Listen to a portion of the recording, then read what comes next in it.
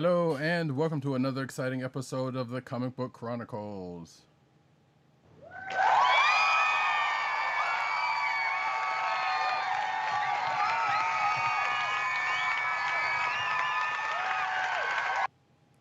I am your host, Roddykat, and you can find me at Roddykat on Twitter. You can also find me at News Nerds Need on Twitter. You can also find me at CBCaps on Instagram.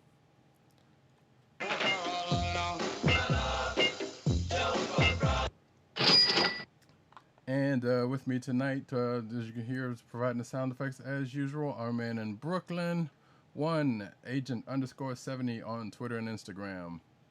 What's up, everybody? Where Brooklyn at? Where Brooklyn at? Where Brooklyn at? Indeed. And you can find this here podcast on, I'm sorry. You find this podcast on the Coastal of the Podcast Network, CSPN.us. Do it today. You can also subscribe to this podcast at your podcast perusal place of choice, whether it be Google Play, Apple iTunes, aka Apple Podcasts, Spotify, and this Cold Slither Podcast SoundCloud page.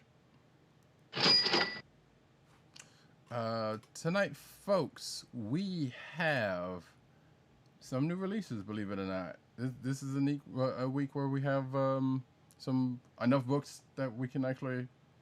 That we actually peruse and go over, so that we can let you folks know about. They're still kind of spotty with the releases right now, so it's going to be that way for probably the next couple of weeks to a month. I don't even know anymore, but they are slowly, surely getting out new releases. And I think next week we are going to do another event because unless something's changed with the release schedule. And I don't think it has. We'll be doing another an event next week. As far as I know, Marvel will be back to releasing a bunch of trade paperbacks next week for direct market release. As for DC and Image, we've got a nice little crop of some of the DC and Image books that we read this week. Yeah. So we actually probably won't get too much in terms of DC Image, IDW, or Boom next week for our review. So, and if we do, we'll probably just fold it into the following week. But ultimately, we're still on this sort of alternating schedule for a little while longer. Yeah, pretty much. And with that, let us get into said new releases. Starting off with Black Cat number 11. Absolutely. This is written by Jed MacKay, who has been giving us a very solid Black Cat solo series to this point. The artist on this book is, I believe, I don't know if this is the artist's first time on this book, but the artist C.F. Villa, V-I-L-L-A. The color artist is Brian Raber, and the letterer is Ferran Delgado. And of course, there is a J. Scott Campbell cover. Indeed. Yeah, so this was... So anytime we've talked about this Black Cat book, we end up saying relatively the same thing in that it is a fun romp, and it is, and it continues to be. So that is not something that has changed in this issue. The beats of it, this is one of the few books that we were talking about before the show. Was like, yeah, it's kind of easy to kind of keep up with this one because she's pretty much still on the same path as she's been. She and the Black Foxers are planning this big heist of this vault. I believe that it involves the I was about to say Sea of Thieves, but the Guild of Thieves, the Thieves Guild. Right, it's the New York branch of the Thieves Guild. So exactly. as we've relayed in prior episodes when we've discussed the Black Cat, one of the concepts that has been expanded upon by MacKay is the Thieves Guild.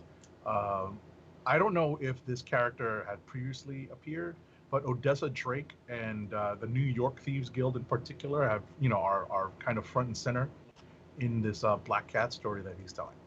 Right. In fact, so much to the point that there is a war waged with the Thieves Guild, aka also Odessa Drake, with Black Cat that has been escalated as of recent issues, but we don't really get to much any of that here because that's kind of one thing that kind of folds in and out of the ongoing plot here.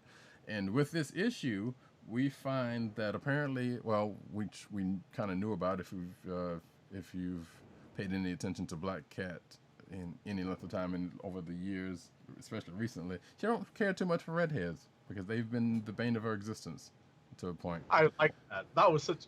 It's been a great kind of running joke in this. So I mean, just to kind of create the atmosphere for the book and give our listeners and viewers the broad stroke summary. Felicia is still working on her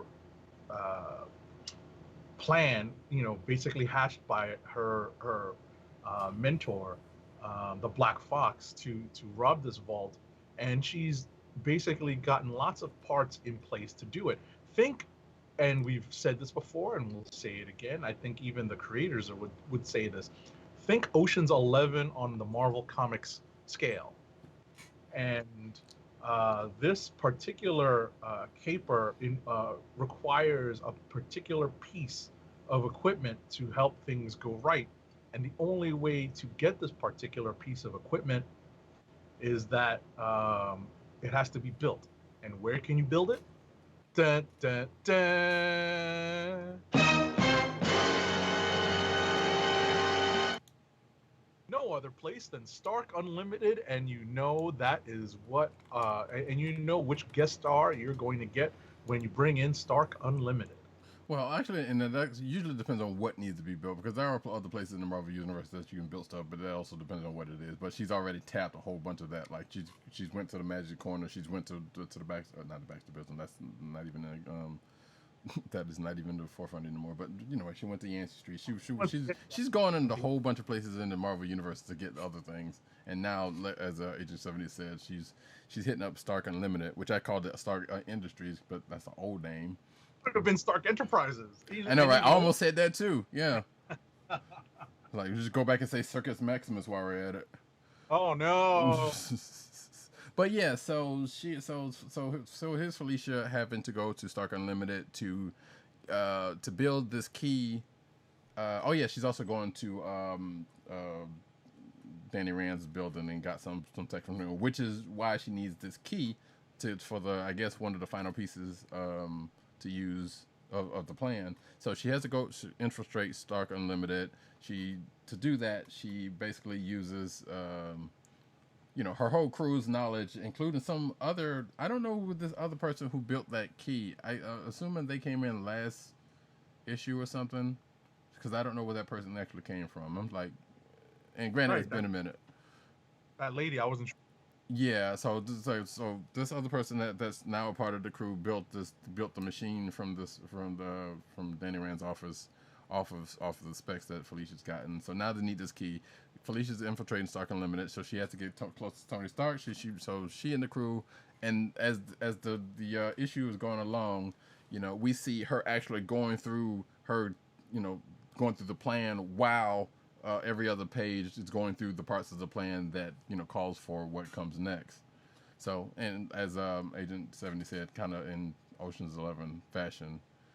Oh, or sure, leverage, Yeah, they're running Phenon Bastard. I'm not sure why I'm here.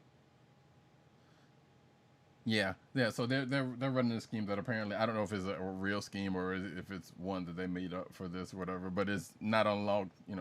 You get the gist of it as it's going through, so it doesn't really matter what the name of it is. It's just hey, yeah, this is a scheme, and here we go. We're running it, and every other page is kind of going by what it needs. So we're going through that. Felicia's talking to Stark, and of course, what would be the thing that would get to Tony Stark? A red-haired woman that disagrees with him. Actually, it could be any woman that disagrees with him, because Tony hasn't had any red-headed women in his life that has disagreed with him. What up, Pepper? What up, Bethany Cabe? What up, Kathy Dare? who shot him, but that's another thing entirely. You know, I was gonna say, what's up, Mary Jane Watson? what's up, Mary Jane Watson? Exactly. Well, yeah, she wasn't a love interest, but yes, she is definitely still fits in that category because you know as a most recently, so. Mm, But yeah, so that happens, and then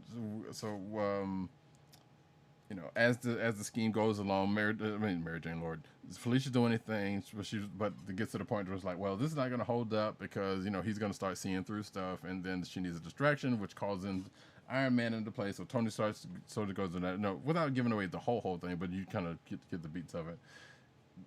She ends up getting to her objective, getting what she needs, but Tony gets wind of it and then goes after her. So while she's here, she decides to make another little prep project for herself. And at the end of the issue, we see the fruits of this, which is weird because the main objective took way longer than it did to get this piece that her little project of hers, and yet it wasn't. What I would say in response to that, Uh-huh. I still hear myself. Say in response to that the nanoform probably is very, it's probably pre-programmed with lots of armors. So More than likely, yeah. But it can turn out very quickly. Yeah. Yeah, I mean that would make more sense. I mean that definitely makes sense because yeah, Tony Stark of course is going to be making armors for him. So, but yeah, so apparently Felicia, who quickly got used to how this thing works, you know, and she was even, which I thought at first was like, okay, she was doing this other little thing with it while this key was being made in the Nano Forge that she needed. And I was like, well, that's going to be the one that probably gets her caught, even if she got out of here. But no, Tony called her, excuse me. And so she was like, well, let me make this armor real quick. Spoiler alert, folks. Black Cat now has armor. So I guess we can call her the Iron Cat, War Cat. Right. I don't know. I hadn't really thought of a name, but I had it in my notes. It's like, okay, Iron Cat, here we go. I love the next month teaser, Full Metal Black Cat. Yes. Yeah, shout out to Full Metal Alchemist. But yeah, so, and you can see, because I think it even says it on, if it's not said it's on the cover, it says it somewhere, I think the first page of the book is like Full Metal, Full Metal Cat, Black Cat, something like that, part 1. So, and this is where we get to that. So, it was a fun book, and I enjoyed Black Cat, been reading it, and I'm curious to see what's, what she's going to do with this armor, if she's going to keep it, or if it gets taken from her next, in the next issue or two. But the only thing that was kind of weird about this was like she mentioned something about her quantum probability pulsator, which I assume that's her bad luck power. And I'm sitting here like, wait, I thought that was something like given to her, not necessarily a thing. I wasn't sure about that myself. So I was like, that was kind of weird because it's always like, yeah, her bad luck powers. That's all we've ever heard about her, but I've never heard of her, unless that's just some fancy name she gave to it. But that seems like more of a thing that because she even said she turned it off because Stark was scanning her. Right. I'm not sure exactly where that comes in. That's probably going to be something either for a no prize, shout out to the Marvel traditional no prize, or that may become more evident as the story plays out. But that was new to me as well. Right. So yeah, that's something I neglected to look up after reading it. So I was like, but I put it in my notes because I wanted to bring it up. I'm like, that's okay, sure, that's something to look up for later. It's not knowing that myself, so okay, so I don't feel so bad then. Yeah, it's probably worth a Google search, maybe take a quick peek at the Ohatmu, but obviously the Ohatmu is pretty outdated at this point, so they probably changed a lot about the character since. Right. So we can see. Yeah, I'm pretty sure that is something for some other time. If someone out there knows, I'm sure they'll get in contact with us. But if not, we can look it up. It's fine. Feel free to, I'm sorry. I said feel free to chime in, ladies and gentlemen. Yeah. But while that is going on, we will go to our next book. And I guess since we're kind of sort of in the Spider Corner, we will go to Miles Morales Spider-Man number 617. Excuse me. Sure. In fact, oh shoot, I knew there was something I forgot to do that I actually need to do right here before we. So if you want to go ahead and talk about that while I'm doing what I'm doing, I would, you know. Sure. So on this book, we have Saladin Ahmed as the writer, Carmen Carnero as the penciler, and David Curiel as the color artist, with VC's Corey Pettit on letters. So we open the story with Miles swinging through the streets of Brooklyn, thinking about what's been happening as a result of the outlawed one shot and the after effects of that outlawed one shot. We were actually discussing that just prior to going on the air, because we could not remember exactly when Outlawed came out, but I remember it because I did read it, and Roddykat still has to catch up on it. But in broad strokes, the Outlawed event basically involved, much like the events of Civil War, some underage heroes who basically created something that the general public reacted to, and as a result, this underage, this regulation of underage superheroes was instituted.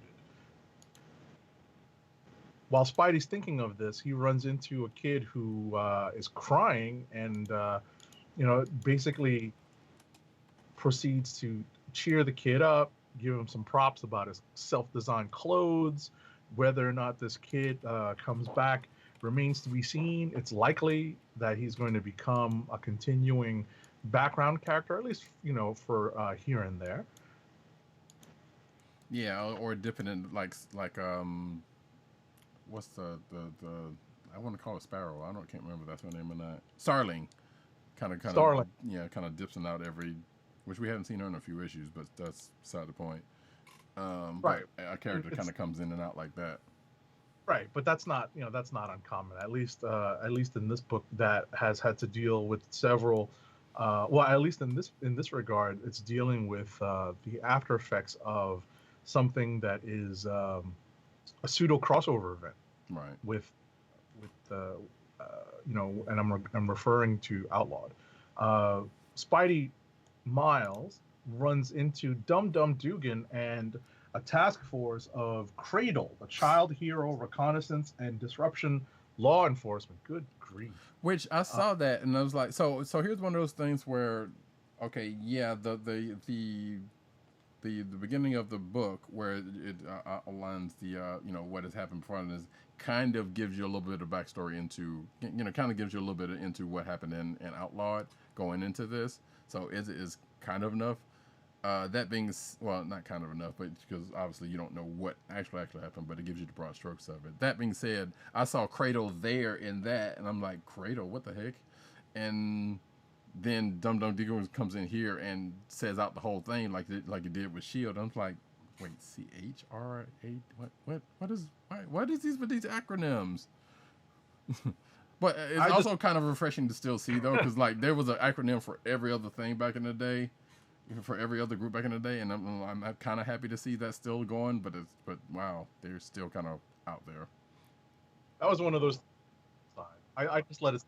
Yeah. It was kind of like, okay, sure, whatever. But I sat there for a second. I'm like, really, C.R.A.D.L.E. So anyway, Dum Dum comes in, Spidey, and kind of it really makes short work of Dum Dum and crew before he goes off, and does his thing with his parents. So according to wasn't exact packing for Bear, right, and he basically got his butt handed to him, and his team got its butt handed to it. So it's unlikely that that's going to happen again. Right. We follow up with Miles making his way to school, and the school is under inspection by C.R.A.D.L.E, where they're there to speak to students because of the Green Goblin's attack from several issues back, where the Green Goblin, the Ultimate Green Goblin, had been looking for Miles Spider-Man, and had been asking specifically for Spider-Man at the high school. So this is just a clue for Cradle to follow. Mm. But Cradle gets called away because Dum Dum basically calls them in as reinforcements to his group as they look for the now incognito Spider-Man. Right. Yeah, so that happens, and then we cut to Miles having a nice dinner with his fam, including new little babysitter. Which, by the way, if you hadn't read Miles Morales Spider-Man 16, you definitely should. By virtue of the fact that I didn't read it initially, even though it has nothing to do with this issue, but it was still a good issue because it was basically Miles and the baby sister are off on an adventure, and then something happens with his Uncle Aaron that will play out. That may also have something to do with what happened near the end of this issue. In that after Miles leaves his parents because they all went off to baby. Hey, I would say hold on to that thought. Hold on to that thought. I would just add that during this dinner, they have a conversation where Miles's parents are kind of split about his continued superheroics in the wake of this new law and registration requirement being put into effect. Right. So yeah, so that's pretty much takes care of the crux of this, this outlawed tie-in issue. But then once he leaves them and he goes back home and they go off to somewhere else, he goes back to the house and finds out that it's been ramshackled, and he gets attacked by somebody who's pretty fast, especially for someone of his abilities, and gets the jump on him. And what we find out at the end of the issue that it's Hold on. Miles beats himself up. Or actually, it is someone, we don't know who it is, but we may have an idea. I feel like we may or may not have an idea of who this is, dressed in Miles' Spidey suit. And I have a really, unless something actually has happened to this person prior to this, I have a sneaking suspicion I might know who it is, especially if it has anything to do with last issue. I don't remember what happened in last issue. I mean, I can, yeah. Like I said, by virtue of the fact that I read it, I read these two back to back. That's the only reason why I even know. But it's basically that whole issue with Ultimatum, and Miles' Uncle Aaron being a Prowler again and working for him, and the Ultimatum ends up finding out a key piece of information that may have something to do with multiversal reasonings. And that he's going to draw Miles in at some point. Like I said, if this was by and large an outlawed tie-in this issue, but I think the last part of it may have something to do with the ongoing stuff, because they do this kind of stuff. Like, yeah, the crux of the book, of a tie-in book, happens to either directly or indirectly tie into the event that is going by, and then some shades of what's going on in the natural book, just kind of keep that kind of flowing. So we'll see how that we'll see how that pans out next issue, unless that's another outlawed tie-in issue. I don't know. Unless you got something else on that one, we can move on. What's next? You got some book you want to put out? I'll talk about something that I decided to read because it was a #1 issue, and that is an Image book entitled Adventure Man #1. It's actually created by Matt Fraction and Terry Dodson. The script is by Matt Fraction. The pencils and colors are by Terry Dodson, and the inks are by Rachel Dodson, and letters by Clayton Cowles. In a nutshell, this is a pulp story in the tradition, or at least it starts as a pulp story in the tradition of Doc Savage and Johnny Quest, but it's about to get turned on its head and reinterpreted for the modern age with new protagonists. So it took a definite swerve halfway through the book, and it was a very interesting read. So it is something that I look forward to catching up. I look forward to keeping up with as we go forward. Okay, I didn't know Fraction had a new book out. I may check that out. I've liked a lot of his work. So that's actually pretty cool. Who's I'm sorry, who's putting this out? This is Image. Okay, nice. Cool beans, cool beans. Um, With that being the case, unless you want to throw out another one, we can go on to. Actually, wait. Let's talk about Excalibur, and then we can go on to like rapid fire. Sure. I read it very quickly, not really understanding what had happened recently. So Yeah. you can help fill in some of those blanks. No, I can't. Because Oh, I'm kind of sort of in the same boat. Like I remember leading up to the last issue, I remember the kind of what was going on, but going into this issue, I'm not sure. I don't remember what happened last issue. I'm not even sure if I even.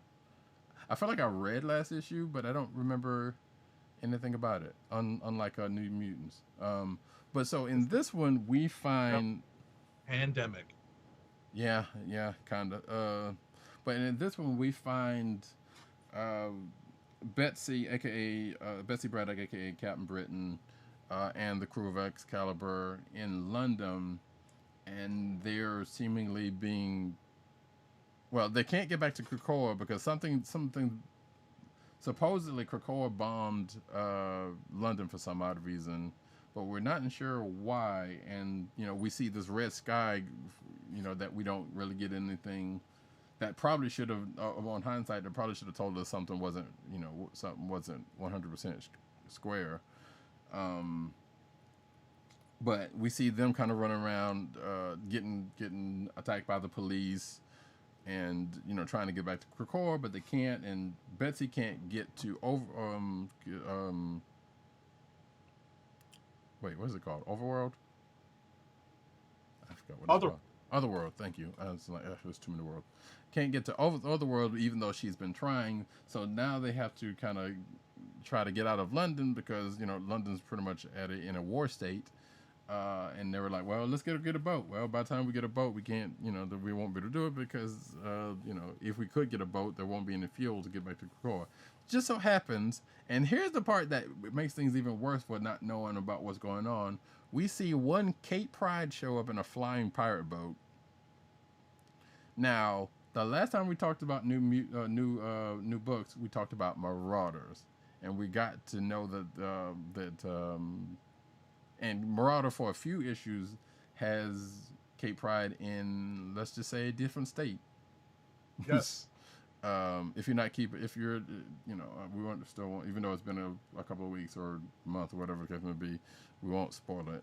Actually, it's been a couple of weeks, but regardless, she's in another state. So clearly, either this is taking place before whatever happened in Marauders, or what we end up finding out. Which is also still weird because, like I said, people are kind of going about this. But, I guess this part about it was like, well, people may not know, not everybody may not know what's going on in the Marauders. That hasn't filtered back up yet. So that could be a thing that's justified. Anyway, regardless, she shows up, her and Rachel Summers, which, honestly, once that happened, I was like, okay, are we going to get Nightcrawler and the rest of Excalibur, the OG Excalibur showing up in this book? But sadly, we do not. So anyway, Kate shows up in the boat and swoops everybody up and saying, yeah, we're trying to get back to Krakoa because, it just so happened to be in the neighborhood. Betsy wants to go to the lighthouse because reasons. And they all go. Also, she said, Kate said, well, I went by the lighthouse and I picked up Pete Wisdom, who got shot almost to death. So he's on the boat, and which I do remember when Betsy and Pete was like, "Yeah, you need to come to Krakoa, Pete," and Pete was like, "No, I'm staying here." Saying that was like a couple of issues back. So they did that. They ended up going to the lighthouse, and come to find out, long story short, too late, that all of this was an elaborate pocket reality, thanks to Betsy's brother Jamie Braddock, who is the king of Otherworld at this point. Right. And we also find out that there is another version of Betsy that is tied up in bondage, where in Jamie's I guess in the actual reality, I'm not. That's so they explained this at the end, but still, it's kind of like, okay, when and what did this happen? So basically, what happened was Jamie Braddock, who has reality distorting powers, made a different reality. Apparently, Betsy's tied up in one, and she's and another part of her or something is still running around as she is in Captain Britain, as Captain Britain, and this is the world that we've been seeing. And he's been bombarding the world, I guess, trying to split the world again in service of basically bringing back the Captain Britain Corps, which he does possibly at the cost of Betsy Braddock's life. We're not entirely sure about that, but we do know at the end of the issue that everyone that was around her that's in Excalibur, the current team members of Excalibur, are now Captain Britons because they all have the amulet. Yeah, and this was apparently has something to do with Jamie's plan for some odd reason, because he even mentions halfway through is like, yeah, once upon a time, and this was a true thing, there was a whole bunch of Captain Britons, and you could even go to whatever Citadel and meet them all. The Captain Britain Corps was basically like the Green Lantern Corps and the Thor Corps, all that kind of stuff. So that's not really a hard thing to justify, to talk about. But yeah, they've all been wiped out like years ago. Actually, was it? Yeah, I guess it was kind of. It's been a while. Regardless, at the end of the issue, we see Excalibur turn into Captain Britain. For what reason, fully, we don't honestly know. But here we go. The name of the book's called Excalibur, so why not have a bunch of Captain Britons rolling around for however long. So, and I guess we'll find out what happens next issue with, or we'll get we'll get the explanation for the full explanation of what's all about next issue. But it was still a fairly decent read. Like I said, it kind of threw you off for a second, especially not remembering what happened last issue. Because it's been a minute, and so just going into this is like, wait, what does this happen? And it wouldn't surprise me not if last issue had nothing to do with what's going on in there, and all of this just happened in the span of a single issue. Wouldn't surprise me at all. But I'm definitely going to go back to the last issue and try to fill in the blanks. Agreed. But yeah, and they do, like I said, there's a nice little handy Hickman explanation. And after that is what Jamie did. So right. At least you got even that. Using Hickman's favorite time travel or reality shaping term, incursion. I love that. I was like, oh, that is so Hickman-esque. Yes. I was like, oh no, it's which, I mean, we've said going into Hawks and Pox that there's a lot of this rings similar to Infinity and Hickman's run on Avengers, which was still a great run. You should definitely go read it if you can. Going up into the last Secret Wars.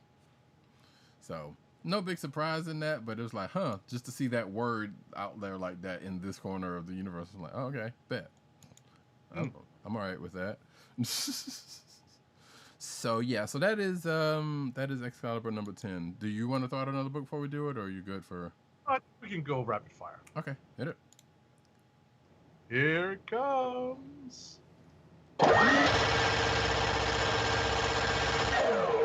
Man, it's been a while since we had enough books to actually do rapid fire. I know, right? I don't remember the last time I spun the minigun. I was about to say, whether reading actual said books or actually having enough. You're right. I can't remember. I was looking for the sound effect. Like, where did I stash the minigun? Yeah. So, all right. So, do you want me to go first? Yeah, go for it. Sure. All right. So I'm going to cover a couple of books, and PCN_Dirt also sent us some review stuff, and it's going to fold into his click of the week.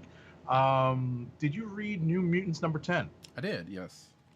All right. So just in broad strokes, the New Mutants team in Carnelia has been overtaken by a fast-growing orb of nightmares being produced by a mutant that they were sent to investigate. And the New Mutants cavalry arrives and is just as ineffective. That's where we leave That's where we're left at the end of the issue. Do you have anything to add? There is a reference to the '80s movie Poltergeist, which enacts a plan and that goes as Agent 70 says, not well. But and I'm sitting here like, wait, are any of the actual OG New Mutants like are actually old enough to know of Poltergeist and that reference to the reference that they bring up that charges that plan, but I would imagine some of the other people that are the younger charges would not. Um, but the fact that that was a reference and that ends up being what the plan entails, if you know what happens in Poltergeist, you will know uh, what they end up doing in a certain sense. So like we won't necessarily go through here, but the fact that that got brought up was like, huh, that's another interesting reference that came up this week that I was kind of here for. Um, but yeah, that's All right. pretty much it for that one. All right, next up for me is Philadelphia number 6. This is an Image book. I want to stress that this has been a very strong story. It's by Rodney Barnes, Jason Sean Alexander, and Luis Nict, NCT.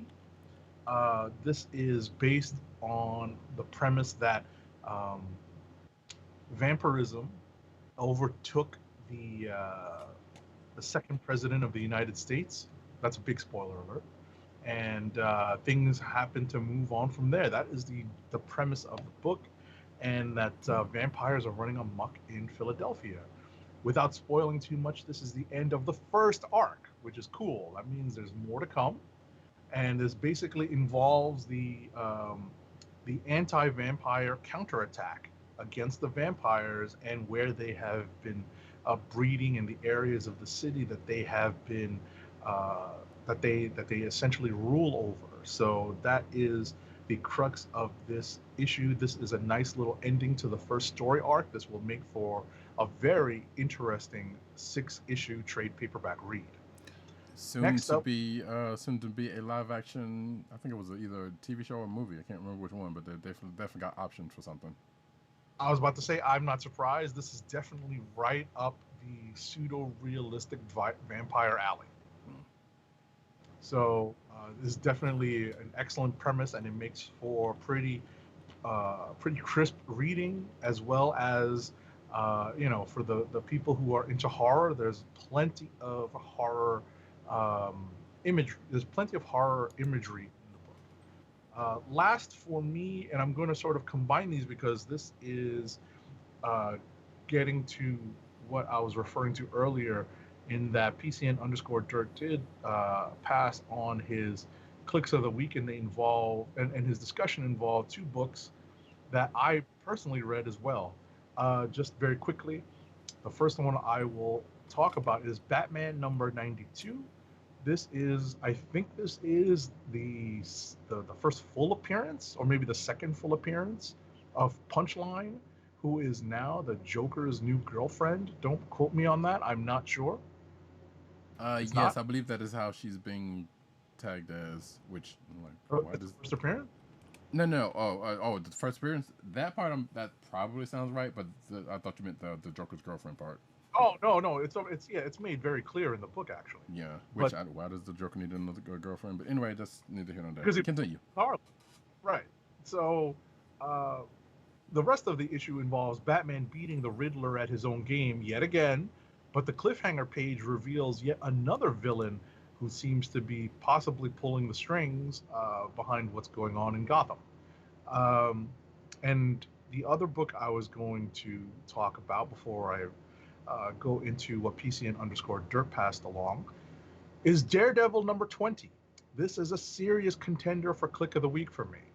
This issue wraps the most recent story arc, which sees Matt Murdock retake the mantle of Daredevil and ends with a very surprising cliffhanger ending. So I'm going to relay what PCN underscore Dirt um, talks about here with regards to these 2 books. And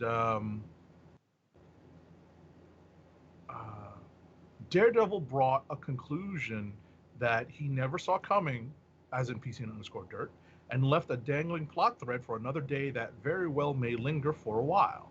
And while Batman was mostly hyped for the full debut, right? So that maybe she had been a cameo appearance.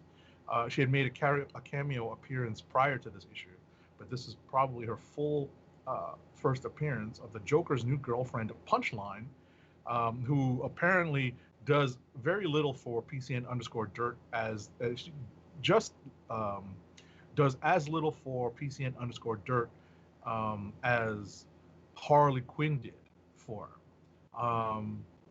In Daredevil, Typhoid Mary is teased as a much more well-rounded character than she's been in a long time, and a short but enjoyable Daredevil Kingpin team-up that totally makes sense in the story, even if it feels so wrong to his core DNA. So when all the dust settles, uh, he's waiting for the next issue of Batman to come out just to end the current arc, so they can move on to something possibly more interesting. While the Daredevil issue um, and its current and its cliffhanger ending has him hooked. So um, that is our discussion of those two books. Not sure why it sounds like those that Punchline and Harley Quinn exist just to be something for Joker's amusement, but that's yeah. No, man, I'm not sure that's what he was saying or not. So, but hey, whatever. The there is a I do I don't know. I haven't read Batman, so but I was like when I did read the stuff about it, I was like, yeah, Joker's got a new girlfriend. I'm sitting there like, oh, okay, wow, like he's an abusive, sadistic jerk. So why would anybody? Anyway, so anyway, that's a whole nother situation for a whole different other time. For my two books, Bitterroot #8. Bitterroot is back, baby. Well, actually came back in with issue. Yeah, well, been back as in last issue anyway. But yeah, so, and I know Agent 70 said he read this, but did not exactly remember the full beats of what's been going on. Issue 7. So what? I could not remember what happened in issue 7. I very vaguely remember. So if you did not know about Bitterroot, so if you did not know about Bitterroot, Bitterroot is a family of demon hunters set in black family of demon hunters set back in 1920s Harlem. So there are these demons that are born out of hate. Some of the demons that we have seen so far basically manifest out of white people. We're not going to miss that. But not just strictly to, because there's black people and there's other people. There's like a lot of people turn into these things because of either hate or something that turns, or some force in the background that is turning them into these things that they've been fighting. But this fight has been escalated with the fact that the Sangarai family, who is the family that is in question, has been fighting these, for generations, and one or two things happen: either they cure them, or they end up killing the things in question. They've been trying to cure them lately, but whatever's making these things into the Jinnu, and I can't remember the other word that they use, because there are two different types. Are becoming stronger, and they are resistant to the serum that they've made up to cure them. And so the family, as I remember, was like, and there's this other force that is in Georgia that some are equating to the devil, that has shown up in the beginning arc of the book, that ended up getting kind of put to the side, and so they can go do something else. But they kind of crop back up in this issue. So I think what happened between the last issue was that, okay, well, clearly they're fighting a war on two fronts, and the family decided, especially when some family members thought dead ended up coming back, and you have to read the Red Summer special one-shot special to know about with those. So if you're just reading this, like, you'll just see these people pop up, and they will actually address the fact that the Red Summer is a thing. And some things in the Red Summer kind of explain some things that are going on in this book, such as one of the earlier characters of the book now being aged up and now more of a hardcore fighter than they Right. were in the beginning arc of the book. Right. That is not optional reading.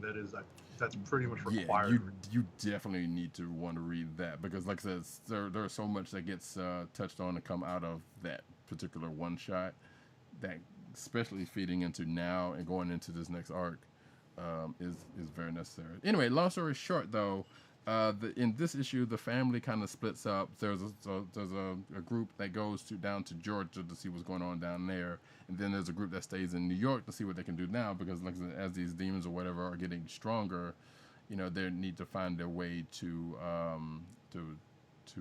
deal with them. They've now are now working with the police more closely than they have, and even outfitting the police with some of their some of their tech, or at least a couple of them that they've worked with previously, to deal with these monsters. But those don't seem to be working all that well. So that's that one part. And then the group that goes down to Georgia, who are already being confronted by, let's face it, Georgia's racist. There's a lot of racism in Georgia, and the sign on the place that they go to even says like, hey, I'm not gonna use the term, but after dark, it's not safe for black folks. Yeah, that's a pretty authentic little note there. Yep. So, so the team down there ends up getting, meeting into some resistance, and that's where we leave that off. There's also a little note in the middle of the book about one particular character, which is one of my favorite characters of the book, Blink Sangarai. She's badass. Like she's basically like, so because this is like 1920s, like Harlem, and there is a certain status for women, but Blink, being strong-minded as she is, and being probably one of the best fighters in. Matter of fact, I believe one of the other family members was like, "Yeah, we should have Blink here, or because she's like the best fighter in the family." But but they've tried to relegate her to like being like the in the background, but she's not trying to have none of that. And her mom's back in the fold, so which means and that's a whole nother thing. But again, that's also some Red Summer stuff. And she's with one of her uncles who is being blamed for what happened in the Red Summer event, and so they have to work together. And she doesn't like him, but they have a little moment between them that I thought was kind of, touching in itself. If you're not reading Beta Root, you should. It is a good book, and I believe it is also another book that is optioned for some live action adaptation. Definitely. So you should definitely check this out. It's one of my favorite books currently. But this is rapid fire, and I've spent way too long on that. Justice League 46, my last book. So I had to read this in 40. Wait, is this actually is 46, right? I need to make sure. Yeah, this is 46. Okay, so and I say that because like I read this in 45 like back to back because we talked about 45 and the last time it came up, the book, not that the idiot in charge of the a month ago. Yeah. Yeah, like 3 weeks ago, something like that. Yeah, it was a couple because I think this has come out bi-weekly, so I think it probably was a couple of weeks ago. So reading that behind this, and I still didn't read 44 because what having that. But regardless, so the Spectre was running wild and basically going after the Justice League in the last book, and basically kind of messing with their temperaments and kind of taking control of their emotions in a sense, and they were fighting each other. Apparently what we come to find out, I believe then, was that Jim Corrigan, who is the human host for the Spectre, is like decided he's had enough. So he's not going to, like, this whole thing of being a Spectre is like, okay, I'm supposed to be the hand of God, and the human host is supposed to kind of have some say in that, but something hasn't been happening right. So Jim Corrigan's like, nope, I'm out. So he goes to Tartarus, apparently, as we found out in this. The Justice League go to try to find him because the Spectre's just running wild by itself. And the team goes to Themyscira, which is Wonder Woman's home spot. And they end up and the Spectre ends up taking over the Amazons because, no man is supposed to be on the island, that was before they got, Wonder Woman and the team got caught, basically, which you knew was going to happen. Because that seems to be something that's happened more than once. they get into a fight with the Justice League. Wonder Woman ends up being the one that's leading the charge because it's her sisters and it's her call. And I know, so Green Lantern is supposed to be the head of the, supposed to be leading the team, but he spends, which I guess sometimes a good leader knows when to delegate, knows when to give up the lead to other people. So, but it feels like in the time that he's supposed to be the leader, he's been doing more of that than not. I don't know. That's kind of weird. Regardless, the team goes through and does that, and they end up going to Tartarus, and they find Jim Corrigan, who's aged, because I guess he's been there for a while. And when they find him, and Jim Corrigan explains himself as to what's going on, and he's like, "Oh, I made a mistake," or whatever the case may be. We find out that at the end of this issue, another person that is in there. That was alluded to, I believe, last issue, or either at the beginning of this issue or last issue, that was alluded to be there, shows up and is probably going to fight the Justice League, or what's left of the Justice League, because the Green Lantern went to keep the Amazons from killing each other. So, and that is where we leave the end of this issue. It was a good, like I said, not knowing there's a part of this having not remembered or not read issue 44, going into this to remember what actually happened to get to this point, Right. was a thing. But I feel like it's, and DC is not known for them saying, hey, having recap pages in the front of their book, so you kind of go with what it is, unless you've done the late reading yourself. But that's it. Right. Sometimes they'll be like, yeah, well, hey, this happened and this and that other, but they didn't really do much of that in this one. And that, folks, is it for me. We can get to Clicks of the Week. Clicks of the Week.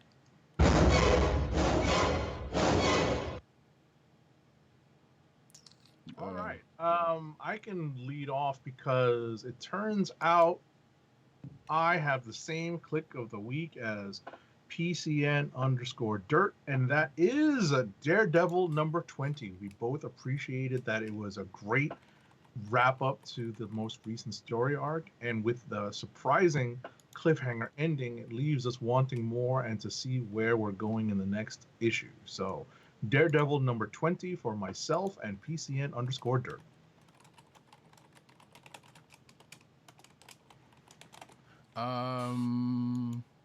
Okay, what just happened? Oh, sorry. I've totally forgot to ask Tim, so I'm asking him right now. He probably won't get it. But for myself, I'm going to go with Black Cat number 11. I think, yeah, because that was pretty much the standout. Like, Excalibur being what it was kind of the potential of the OG coming back, the OG crew kind of being in the mix, or at least some of them. Was cool, but it didn't happen like I thought it was. So that gives me a sad. But hey, just the fact that they showed up, regardless of the situation, was a thing. But Black Cat, continuously fun book. And like while I wait for, well, we're not gonna wait. If Tim decides to give an answer, then so be it.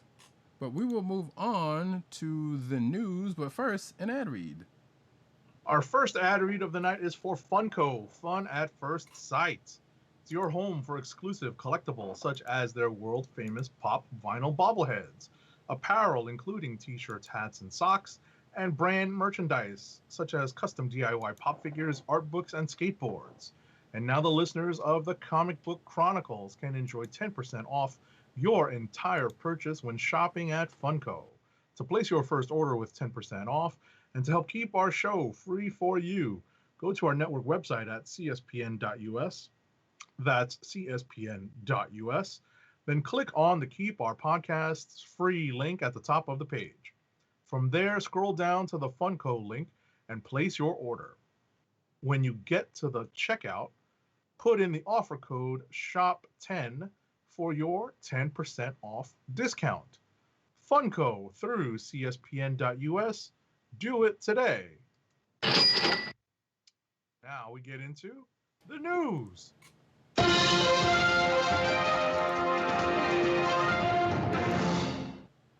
And I forgot to mention with Brotherhood, there's a character in there named Bird, who's one of the cousins, who's basically like 90s X-Men animated series Beast.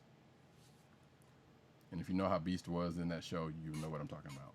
Anyway, so we are now going into the cinematic news, and we are starting off with Avatar: The Last Bender fans rediscover special moments between Iroh and Zuko. Now, you folks, if you're not aware that Avatar: The Last Airbender, the show, not the movie, is on Netflix right now. I don't know what you're doing with yourself. And I've kind of been slowly kind of going through that myself, even though I've done a rewatch like last year. Like I've kind of been watching some episodes here and there, and that's because I said I was going to watch Korra and I never did. But I'll get to that. Regardless, so yeah, Avatar: The Last Bender is on at Netflix, and fans are rediscovering all sorts of amazing moments between Uncle Iroh and Prince Zuko. I do love their relationship at some certain points, because Zuko is kind of a hot as well. He's Fire Nation, of course. He's a hothead, but he learns to temper himself, and I just love Uncle Iroh. Iroh is probably one of my favorite characters in that show. I don't know if Agent 70, if you watched or if you watched. Oh, you should watch it. It's really good. It is really good. But Uncle Iroh was probably, next to Appa, is probably one of my favorite characters in the movie. He just kind of, sadly, the voice actor who played Uncle Iroh, who also played Aku in Samurai Jack, died in the middle of it. And there was a touching moment with one of I believe the last episode that he shows up in, where he's singing a song. I don't know if this is it actually. Hang on, let me see if this is it. No, this is not it. Okay, so yeah, there's such a moment where Iroh's basically out there singing about. I think the song he's singing is kind of about death, and come to find out that it's basically the voice actor singing about his his troubles with cancer that ultimately ended up killing him. So it's touching on a couple of different fronts, but that's a whole nother situation than this one we're talking about here. And apparently it says here that there is an amazing exchange once Iroh has been imprisoned and comes face to face with his nephew, which I'm trying to remember which time, because there was a couple of times where that happened. Great read of a scene if you enjoy jokes about the series. Okay, whatever. One thing that the older man tries to teach his charge at every turn is that the mental approach to conflict is equally important to the physical one. Other than the now meme-worthy approach to honor in the show, it's one of Zuko's biggest battlegrounds, which is true. The exchange between the two men illuminates how being trapped can be a state of mind, and Iroh is completely at peace. So then you see the tweet here in the in the article. So yeah, you can check that out when you feel like it. Watch Avatar. It's a great show. Next up. All right. Is this even a real news story to talk about? You can gloss over it. You don't have to. Yeah, we'll move on. Well, no, I didn't say move on. I'm just saying, just kind of. Hey, guess what? I mean, listen, you're the news hound, but I mean, this is Marina Sirtis attempting to poke Lin-Manuel Miranda into saying something more than just a mere platitude online, because she's angry and outraged over the events after the events of the death of George Floyd and protests. So, now she wants to walk back these comments. So that's it. Right, because she put her foot in her mouth. Which basically the other reason why I put it in is like, man, celebrities putting their feet in their mouths and saying the stupidest thing more and more lately, for no apparent reason. Sometimes you can just learn to shut up. And actually, not even just celebrities, but that's neither here nor there, because there are a lot of people talking mad stupid stuff out there lately. Anyway, WandaVision resumes filming next month, apparently. So after being shut down by the coronavirus, WandaVision is heading back to Los Angeles for more filming. The news came from the Tampa Bay Comic Convention, which apparently happened. Is that okay? Weird. Which announced that Vision actor Paul Bettany had to cancel an appearance so he could film the Marvel Cinematic Universe series. Apparently, do virtual stuff. I know that San Diego's doing virtual stuff. They're planning on that too. So that right. We got news on that one. That may be a side effect of that. They may have to cancel personal appearances because they're getting back into shooting schedules. But yeah, so basically, I guess there's a quote here saying, "We finally received word from Paul Bettany's representation, and unfortunately, Paul had to cancel his premiere at TBCC this year due to being called back by Disney for WandaVision filming this July in Los Angeles." The Post read, "We're working on guest editions." So yeah, there's that. Next up, The Mandalorian had its entire season pre-visualized before filming began. So this, I think, is a story that comes out of the was it the gallery? Uh, yes, the gallery documentary series that is out on Disney Plus now. I actually caught up on that and watched the rest of them after I caught the first one. I think the rest of them have been released since I caught the first one. So um, basically, uh, the team behind the Mandalorian discussed how the entire story behind the first season was in previs. That's the acronym that they use. That's the shortening of pre-visualization that they use. That involves kind of a mix of special effects and animation to produce what the story is going to look like, especially how they filmed this particular show on a fairly small soundstage, but using I forget what they called it.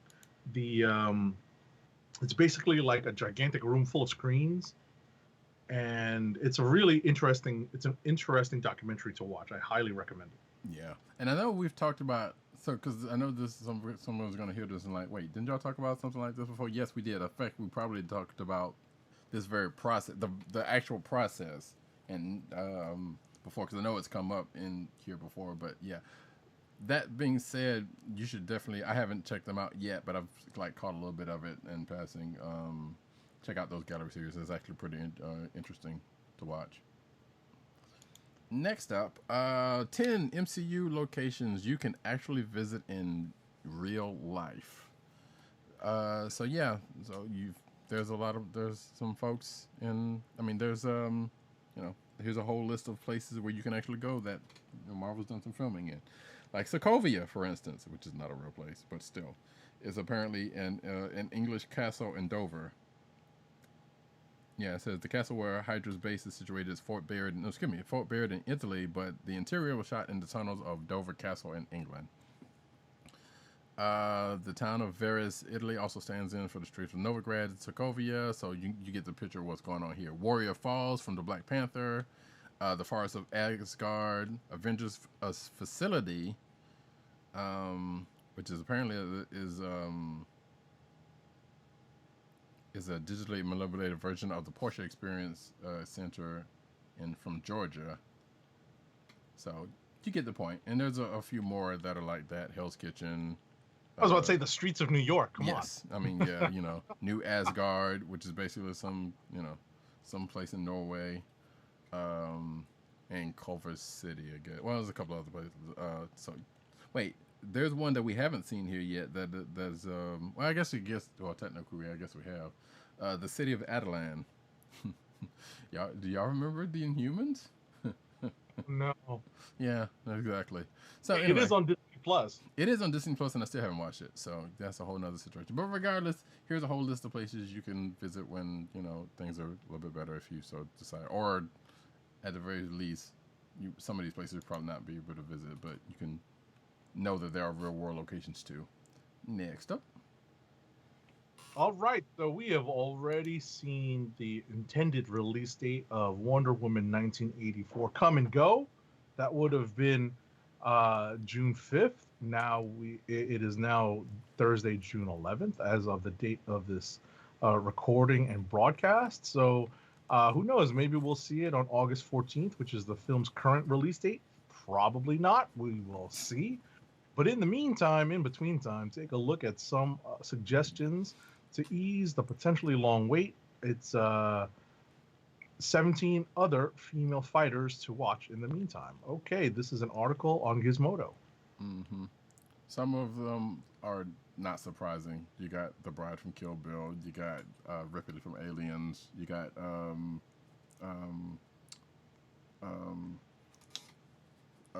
what's her name from Furiosa from Mad Max, etc., etc., etc. Captain Marvel also. They also have one in particular. I know you saw it, right? They mentioned Giselle from Fast and Oh, Furious. really? I Yeah, didn't look at the yet. yeah. So right after Wonder Woman, they talk about Fast Five. I'm sitting like, I don't get me. You know what? Let's move on because don't get me started about that. How in the world? I know she had Wonder Woman coming up, but you mean to tell me all those people that supposedly died and came back and are coming back and they couldn't bring back Giselle? Come on, folks. There's still 2 more movies coming. You're right, but I still don't think they're gonna do it because, and whether she's even gonna come back for it either way. Regardless, let us move on to Justice League, Suicide Squad, and more DC. That's a whole nother Fast and Furious thing that we're gonna have to talk about one of these days. I guess whenever that next movie comes out next year. But Justice League, Suicide Squad, and more DC movies are leaving HBO Max, but quote unquote will be returning. I'm doing air quotes as if you can see me at this point. Aim.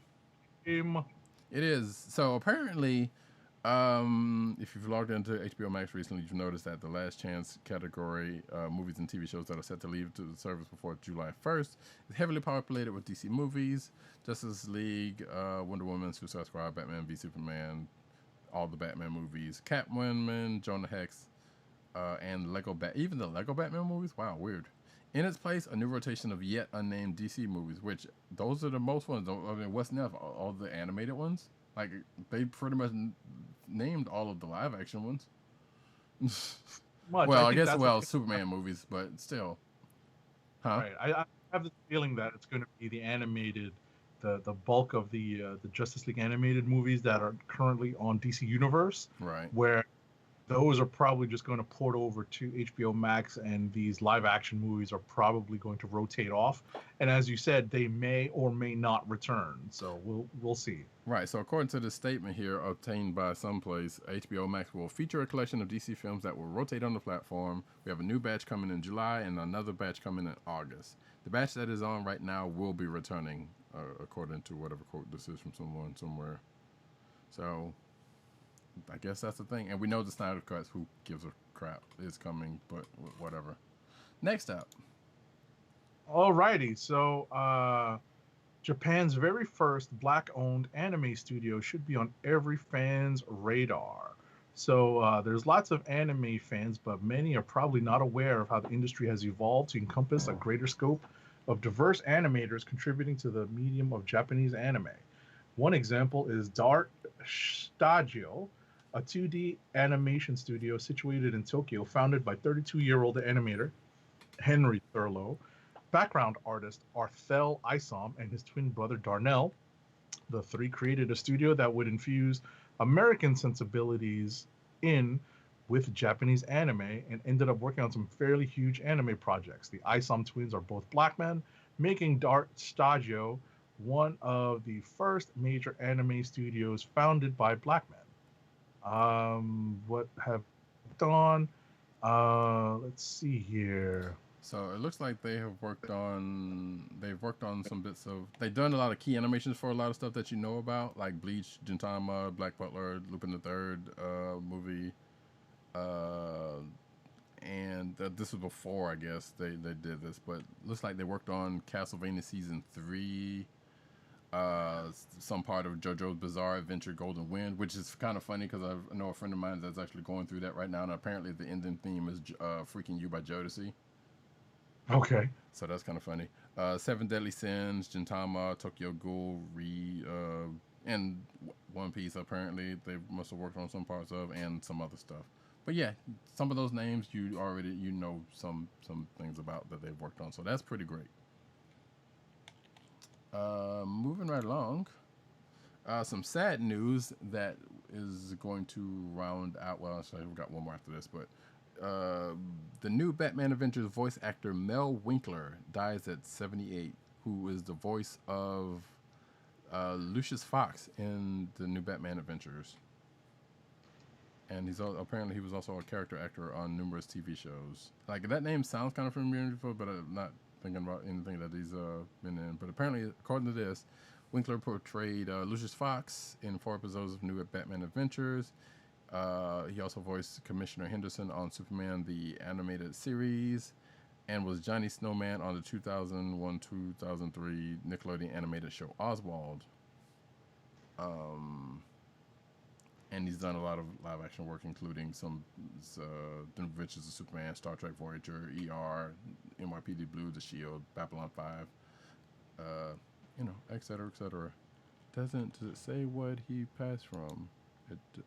Per Deadline, family spokesperson Courtney Benson announced that Winkler passed away in his sleep from unknown causes. So, condolences to his family and folks. Next. Alrighty. Uh, Last but not least, the director of Wanted, the movie based on the Mark Millar and J.G. Jones miniseries of the same name, wants to resurrect the idea of Wanted 2 and create a sequel to the 2008 movie through the use of Screen Life technology.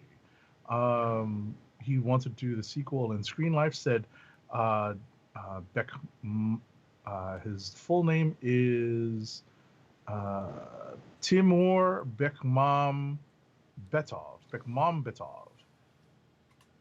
Sorry if I butchered that. I had to work my way through it slowly. He can't imagine an assassin in today's world would run with a gun. Why? He will use drones. He will use computer technology, probably. You don't need to bend bullets anymore. You need to bend ideas. So, essentially, Screen Life is a subgenre of film where everything takes place through the screen of a phone, tablet, or laptop. Okay.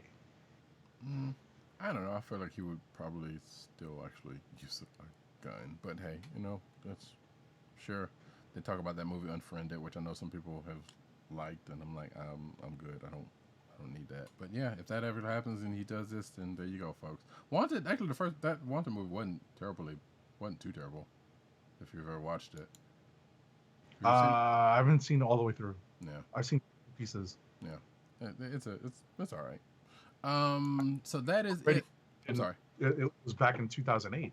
Yeah. Yeah, but before, it was before McAvoy ended up being Professor X. Yeah. So, yeah. So whether he would actually come back for it, that's a whole nother situation.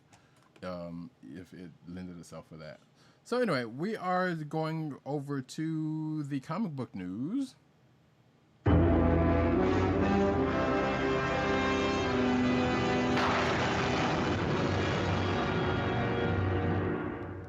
I was about to say the news about Mel Winkler. That was a nice touch. Yeah, it was a nice touch. 15 black comic writers whose work you need to read. Like last week, we gave you, CBR gave you a list of 15 black comic artists that you need to check out. And this week, actually, this came out like that, I want to say the day after the day after we recorded. So here's 15 black comic writers that you should check out. First on the list, Christopher Priest. Yes. That's all I'm gonna say. You know my love of Priest's run on Black Panther.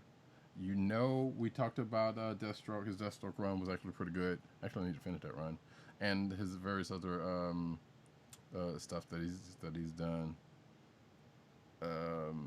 Ta-Nehisi Coates. I'm not gonna go through this whole list, but N.K. Jemisin, who's doing that Far Sector miniseries that I think may have wrapped up already. Vida Alaya, Brian Edward Hill, who we've had on the show before, and of course Dwayne McDuffie, and some other folks that we have probably either talked about or talked to. Actually, we haven't talked to half of these other people. But we definitely talked about them. But you should definitely check out that list because it's pretty good, and I endorse the majority of this list. I don't know about the Hunter had an alright run. I'm not even shut up. But yeah, go check that out. Next, Scott Snyder and Greg Capullo's Dark Knight's Death Metal launches next week already. Gosh, how time is flying during the pandemic. Before it even debuts, the event is growing by 3 new specials that are all on sale in September.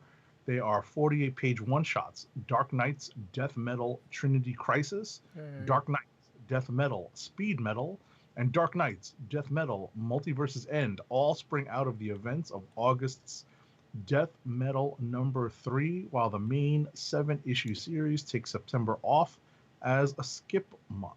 Okay. And the reason why you heard me yay is because hey, we now have something else with a crisis in the name from DC. Which spoiler alert, folks, we might be doing a crisis next week. In fact, there's no might about it, but we'll talk about that later. Well, Uh, if it's coming from Snyder and Capullo, it's going to involve Night and Metal. So, yes. Yeah, which I never read, and I know you guys did. So good luck with that. Next up, Gold Lantern debuts in DC Comics' Legion of Superheroes. this week, Uh, yes, this week. I don't think any of us are reading this actually. Gold Lantern has had his big DC Comics debut in Legend of Superheroes this week. There's been a ton of Spectrum colored warriors to grace the pages of the company's books. Brian Michael Bendis and his team was teasing big things in regards to the young hero's origin story. I'm already afraid, even though I'm not reading it. Gold Lantern may look like a strange reflection of the Sinestro Corps, but he's another thing entirely, according to Bendis. This probably surprises readers, and it certainly surprised Superboy when he saw the yellow streak fly into battle with C.H.R.A.D.L.E and the Horror Collective. So yeah, the United Planets were under siege and things were a little bit hairy for the heroes until GL swooped in for the timely assist. So yeah, got a new Lantern and somehow it's going to get justified. So if you're reading that, good luck with that. Next. all right, DC Cybernetic Summer Anthology Special sends the Justice League on vacation.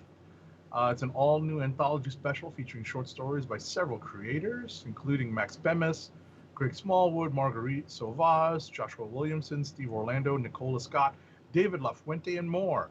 The stories send the characters on summertime adventures as Harley Quinn heads to the water park, while Red Tornado goes camping with his family and Batman tries to back out of a summer cookout. Is this going to be published online, or is this going to receive a hard copy publication? They call it Um, Cybernetic Summer, that's why. yeah. 80-page prestige format one shot on sale at comic book stores and participating online retailers June 28th. Nope. All right, so it will be getting both digital and hard copy release. Okay. Yes. Next up, Bendis' Superman exit is so far away, he clarifies, which, now that I think about it, wait, I think there was a... So yeah, the initial title of this article, by the way, was Brian Michael Bendis wrapping up his Superman run. So I guess they changed. They must have gone back and changed the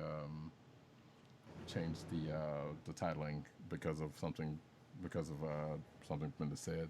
So, and yes, there is an update in his article saying that Brian Michael Bendis is adding to comments he recently made about reflecting on his Superman run as he headed towards his end. So basically, in a podcast interview, he said something about, I'm heading toward, Bendis says, I'm heading towards the end of my run on Superman, so I've been more reflective on it. To which that sprouted a bunch of articles, including this one, saying, oh, Bendis is leaving Superman soon. But he did not say that. And when asked about the comments by a Twitter user in reference to Newsarama's June article, which is coming from the DC exclusive writer, told the comic retailer Jetpack Comics on June 10th, it's so far away. Kind of a non-headline, so don't even worry about it. Mm-hmm. So basically, he said something. Some folks ran with it, and he clarified. So it was kind of, as this article says, kind of not a headline as much. But that's kind of what happens when you're doing this kind of stuff. Next up.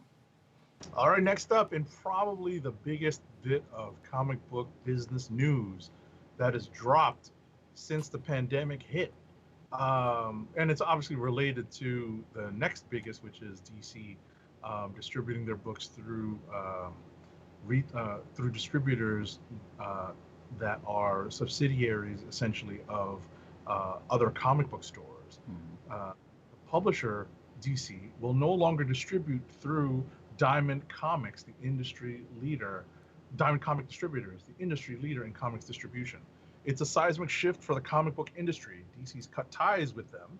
The announcement was made via an email to retailers sent last Friday morning, always taking things out with the trash, dumping all the news on a Friday morning or Friday, with the company telling customers that all orders for DC product will be fulfilled by Lunar Distribution and UCS Comic Distributors for periodical releases and Penguin Random House for graphic novels and collected editions. The email sent to retailers explained, "We recognize that to many of you this may seem like a momentous decision.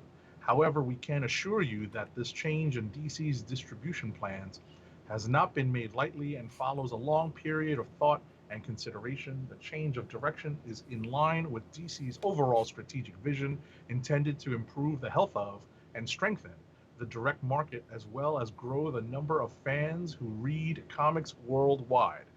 And so that all I have to say is that's what it's all about, people. Yeah, yeah. Well, there may be something else behind it that we don't know about it, but that's just pretty much the gist of it. And I know we've talked about this before. We talked about when this initially happened, or at least their initial break off from Diamond in the wake of COVID and whatnot happened. And I know people are still kind of grousing about it, and probably somewhat rightfully so, because it puts more work on them, sure, whatever. But the one thing that people tout is that, boy, those Batman books really sell well, so these people who are grousing about it still going to bother to get those Batman books that they so covet in their stores, and that people use as a benchmark for good comic book sales, as opposed to, other books that could use some things. But anyway, that being said, that is that. So stay tuned for that ongoing thing. In relation to Mile High Comics reacts to DC's Diamond departure with DC Sucks sale. So we just talked about the DC Comics, what DC Comics just do it. In a special newsletter, Mile High Comics founder Chuck Rosansky explained that this was in response to what he perceived to be DC Comics' sticking a shiv into the back of Diamond Comics Distributors and Diamond founder Steve Geppi, quote unquote. Rosansky then expressed frustration and criticized DC for essentially acting in a way that will prove detrimental to the revival of 2,000 plus direct market comic book retailers. Except for that, it's not. It's one company doing this. It's not everybody doing this. Yes, it's a major company, but I feel like part of that might be a little bit overblown, but it might be true. It could very well be a bad move on DC's part. We don't know yet. He then speculated that the move by DC was prompted by an urgent need for an increased cash flow, as Agent 70 kind of also mentioned. Exactly. Created by AT&T's costly acquisition of Time Warner, as well as the expenses accrued to consequences of coronavirus pandemic. They needed immense amounts of cash flow to service their debt, and they needed it immediately. Sure, that's one way to spin it. I feel like I said, there could be something else in here that's not being talked about. That's probably the thing, but we also know that there's money on the table, so no one's blind enough to think that that's not a part of this. Next up. While not addressing the shockwaves caused by DC cutting ties with Diamond Comic Distributors directly, last Friday, IDW Publishing issued a pledge of support for direct market comic book shop owners on one of the most volatile days in industry history. The San Diego, California-based publisher announced it is extending returnability for at least another 7 weeks in an effort to help alleviate financial risk for retailers caught in the middle of the sudden distribution upheaval. Okay. Yeah, IDW loves sliding in the DMs. And basically saying, hey, we're still here, folks. Hey, hi. How we're still with Diamond. Don't forget about us. Okay. Anyway, Marvel responds to the use of Punisher's skull by police officers. Yeah, and actually I think there is something that I think they've also said shortly after this article came out that there was not much they can do, but then there were people who were like, well, I put up this other thing that was even just a fan thing, and y'all told me to take it down in 5 hours. Anyway, so the initial thing was, so this goes back to what we talked about last week with the police using the Punisher logo, and the police and military in various places using the Punisher logo for their own, because in the wake of the Black Lives Matters protests, and just in general in the past, when there's been unrest, and like I said, I think Marvel has since come out since this article and said that there's not much they could do. In fact, I have seen that article, or I have seen that quote from them. But and like I said, the aforementioned rebuttals from folks, getting takedown notices and whatnot from things that they've done that Marvel has. Right, but online, that's the thing. Putting a sticker on something, that's I think the big picture look at it, which is, these folks who have appropriated the Punisher symbol wrongly, Right. decide to put these, and unfortunately, in the world of vinyl cut stickers being so easy to come by, Yeah. that's essentially how a lot of this stuff happens. So, it is more difficult for Marvel to even send a cease and desist to like a police department, whereas something that you put online is a little easier to track down and, send through like your IP address or, through your server or something. I mean, So I think you the definitely would know more than I would, but I feel like some of that could, I don't know. I feel like there has been trademark I'm disputes just that was that's kind the of technical difference. right. You know Yeah. that that's the technical difference when it comes to that particular attempt at a rebuttal, Sure. because you know uh, if I put a vinyl cut Punisher sticker on my laptop, they couldn't stop me if I made the sticker myself, and that's Mm, really what it comes down to. gotcha. But you know, at the end of the day, I think the spirit of it is right. They just can't. They don't have many tools, you know, in any real sense, to force them, unless the departments start to do something about it, Mm, because that's what if they're putting it on something official, they shouldn't. right. I got you. Like I said, I defer to you on those legal matters and something like that. But something about that still, like, and I've seen cases where it's like that seemed like a similar case to this. That, but what you said definitely stands, to be the case. Because yeah, I've also seen that being the case also. Um, so speaking of on that front, Punisher creator planning a fundraiser project to reclaim Skull. So Punisher co-creator Jerry Conway is looking to spearhead a fundraising campaign that would seek to reclaim the character's iconic skull logo, which has infamously been co-opted by members of the military and law enforcement. And this is kind of going off of what we said in response. This is kind of what Conway's doing in response to, uh, law enforcement and the military doing that, and maybe possibly with Marvel's response to this. He may have been already on the way to doing this initially, though. Um, I don't know. Let's see. Does it say?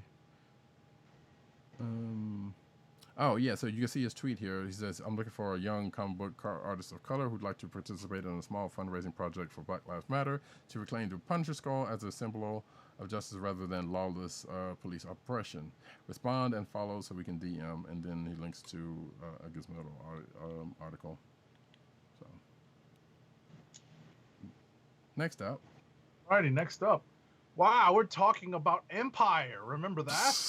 Yeah. Unified Kree-Skrull alliance looming on Earth's doorstep. They're still coming. Yeah, that's the Captain America thing. knows he needs reinforcements, and thus the call is sent and answered in Empire Avengers and the upcoming 3-issue series. Writer Jim Zub and artist Carlos Magno lead a 3-pronged approach that includes classic heroes like Scarlet Witch, Vision, Wonder Man, and Mockingbird, as well as cult favorites like Quicksilver, Luke Cage, Dr. Voodoo, Kazar, Dr. Nemesis, and Black Knight. Okay. Yeah, why is Black Knight getting the head on this? Probably has something to do with Eternals coming out at some point, more than likely, because who cares More about than that? Who cares about the fool outside of that? And so get your Black Knight Marvel Legends figures out, folks. yeah, I got. I know. That's why I said that. um, so yeah, apparently, um, yeah, Black Knight is coming back and is a part of Empire. Now, granted, their approach to this kind of sounds like what they did with Secret Wars, the last Secret War, not Secret Wars, War of the Realms, where they were fighting a battle on different fronts. So, there's probably going to be a lot, even though this is being touted as Avengers Fantastic Four Empire in some places. So, sure, moving right along. I guess going back to Daredevil writer Chip Zdarsky preps to change everything about the character. And as Agent 70 talked about earlier, sounds like he's might be making those moves with this week's issue.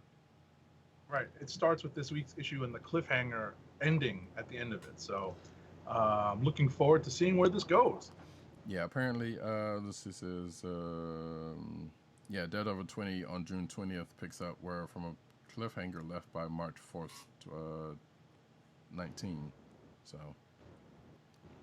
yeah, there you go. And then I think it goes into an article with, goes into an interview with Zdarsky about what he plans to do going forward or what have you. Next up.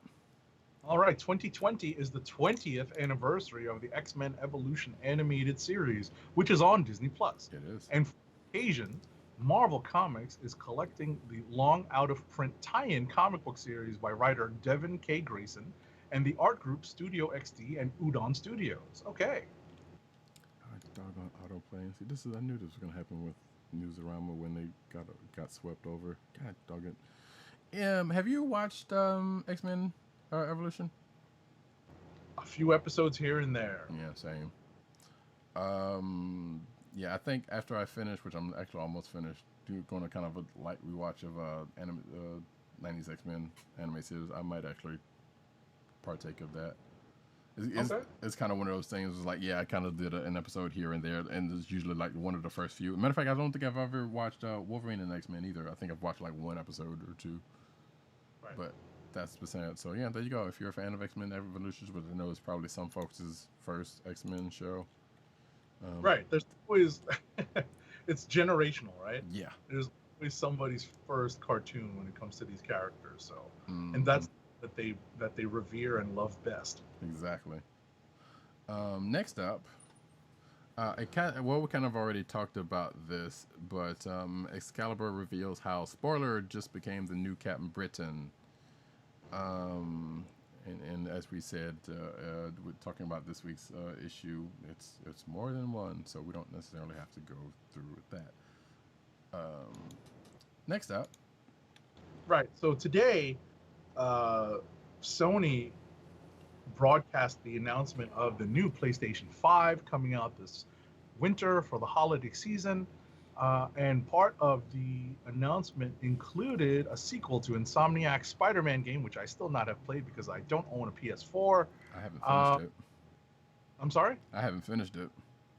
Will launch with the PS5 this holiday season.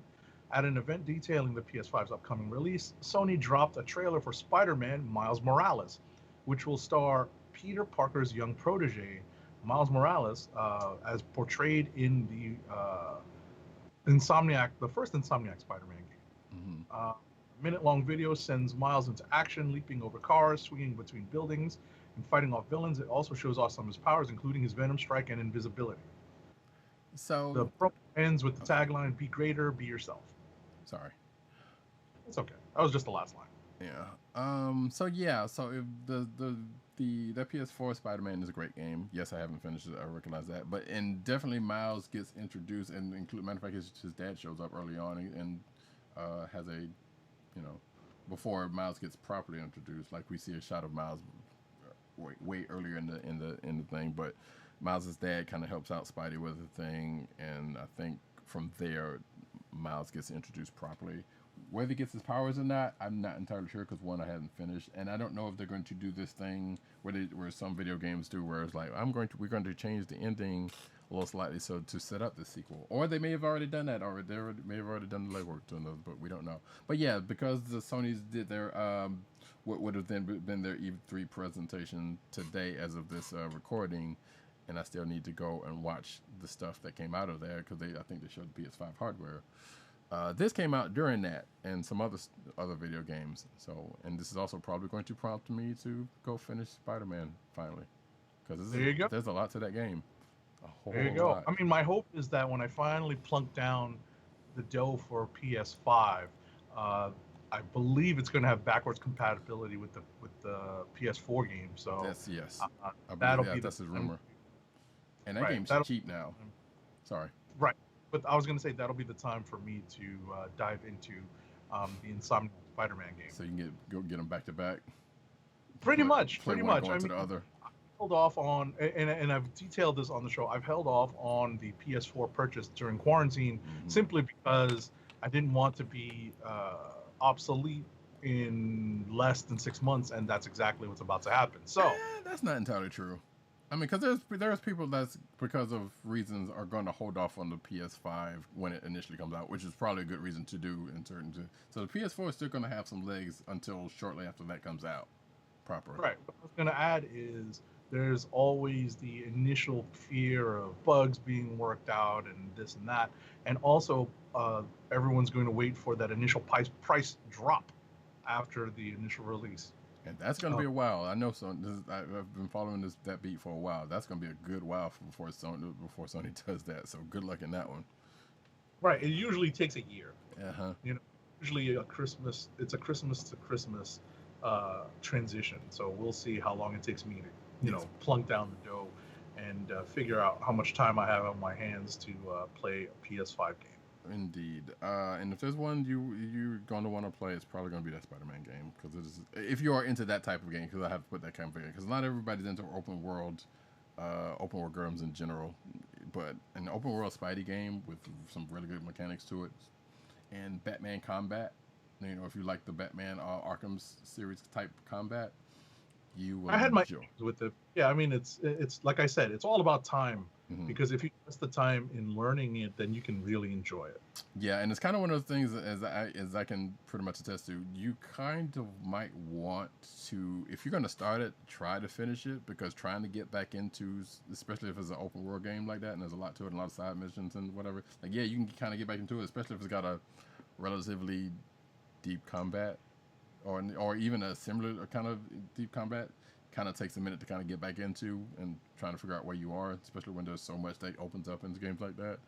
You you might want to try to blow through it, or not blow through it, but trying to get through it as best you can, if you can and have the time to. I know some people who pretty much finished the first game in probably a good week, less than a week, because they were at it so much. But they probably may now have been doing this, like, a lot of the side stuff also. So, Right. but also didn't have and this was before COVID, so this was like folks had time on their hands to do this. Anyway, I'm looking forward to this, and I'm definitely probably going to try to finish that game. And that Spider-Man game, as I said before, at this point is probably cheap because of this announcement coming out. And it was already cheap in the last couple of weeks because of that, and God of War was already cheap because of sales going on. So That's right. They're looking to to offload all their stock now. So yeah. So, and usually announcements like this kind of like, hey, guess what? We still got this old stuff you can go check out. So get them right now. Anyway, that's that. I'm looking forward to it. Next up, say goodbye to Go-Go Power Rangers with writers Cinegrace and Ryan Parrott. Apparently, Go-Go Power Rangers, actually, wait, is that this week? I want to say that might be this week. Hang on a second. I'm looking into that really quick. Because did that not come out this? Yep, that came out this week. So, and in fact, it says so right here in the story. So, what began as a series to showcase the day-to-day complications that came with balancing life as a Power Ranger and high school student became a story about saying goodbye. Hitting comic book stores June 10th, the Mighty Morphin Power Rangers companion series Go-Go Power Rangers wraps up after 32 issues with the last piece of the Omega Rangers origin story. Luckily, Nugazarama. Okay, yes, so this goes into an article. Goes into an interview with Cinegrace and Ryan Parrott about the ending of that. I was I probably was the only one in this group.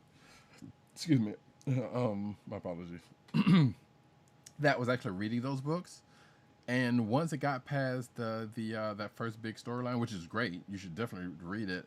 I got kind of lost in a whole bunch of other stuff going on. So trying to read that and those two books tying into each other, and the event tying into each, both tying into the event books. And also, I did not necessarily feel that Go-Go Power Rangers was necessary. But at the same time, because I felt like they could have lengthened the main Power Rangers book and by kind of putting some of this stuff in as. But that's just me. I am not a comic writer, so I don't know a thing about a thing. But the fact that it was, as some folks have said, a fairly good companion piece to the main book, you know, and this is not the first companion piece to any book in any, you know, in on by any publisher. So I am, you know, we just talked about West Coast Avengers last week, and that's not necessarily a companion piece, but it's just more adventure, you know, another group of Avengers, slightly different but similar concept, you know.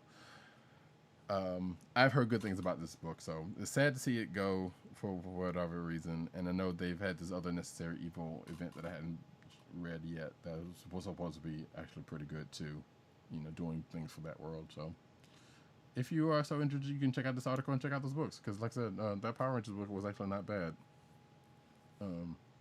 But next up and final, Right.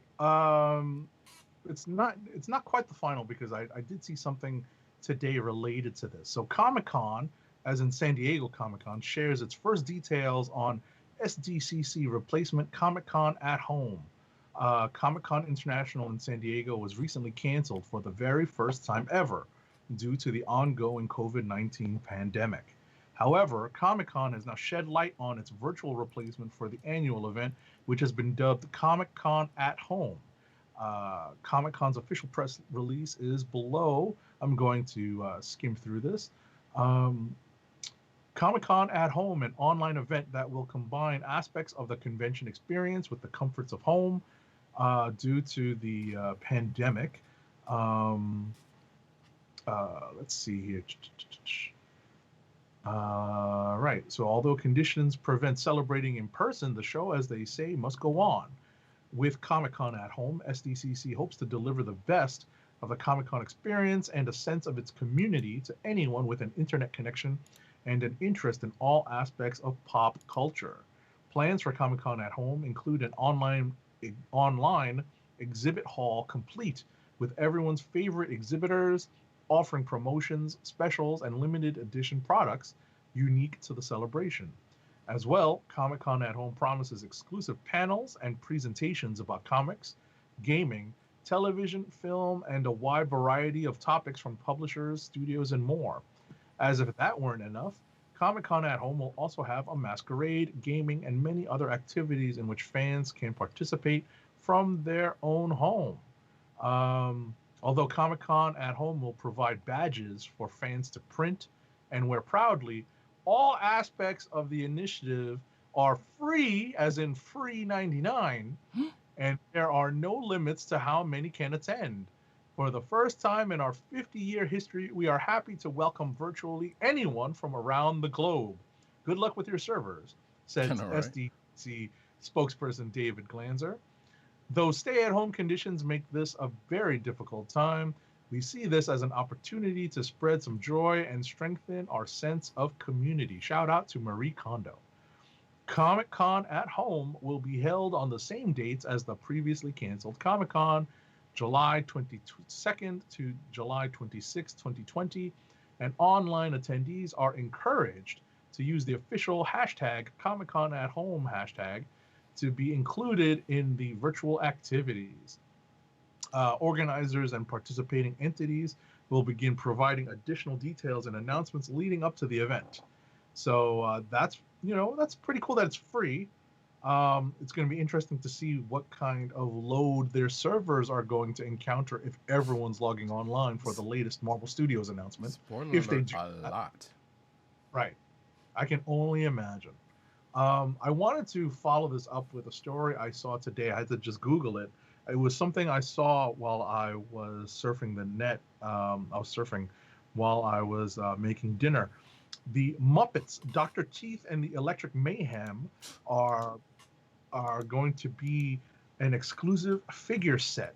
The fiction Muppet Band originally debuted back in 1975 and is a huge part of the Muppet world. All 5 members are returning with Dr. Teeth, Zoot, Animal, Floyd Pepper, and Janice hitting the stage.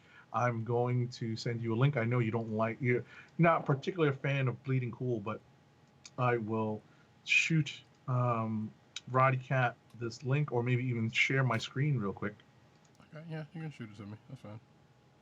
to so that you can see what this image looks like, because it is actually, if I were a bigger, I'm a big Muppet fan. I'd love the Electric Mayhem band.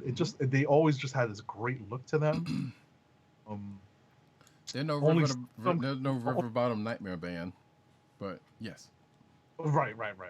I was gonna say not all of them come with instruments. yes. So only, or at least from this promo picture, it doesn't look like they all come with instruments. Only some of them do. I'm looking to see, trying to send you this link. I'm gonna send it in our chat here.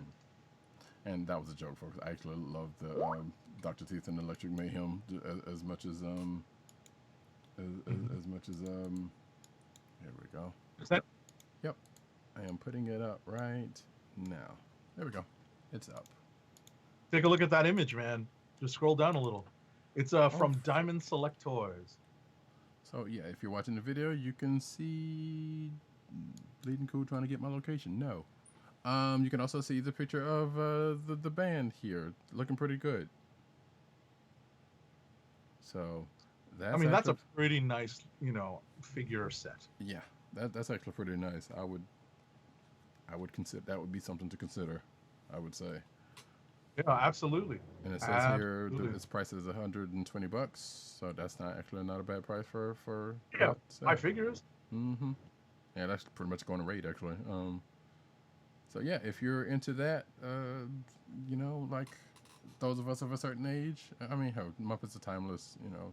This band may not necessarily be so from some people that I've talked to, but look, pre-order live. There's a link that you can follow to get to the pre-orders. They're also going to be available on sale later on. They would have been SDCC 2020 exclusives. So, yeah, that would have been something I would have asked Matt Wang 97 to get from me. But, considering there might be Marvel Legends stuff, but we'll see. Right. But yeah, going back to this whole Comic-Con at home thing, do you know what this means? We can finally go to Comic-Con.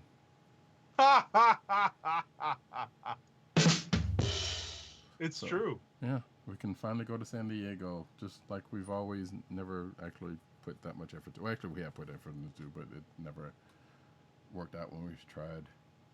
Listen, it's just one of those things, I'm fortunate to have one of the larger Comic-Cons in my backyard. Right. So, the bigger New York got, the less I was really looking to go to San Diego. As much fun as going to San Diego would be. Right. It's pretty much relatively the same thing on a different coast.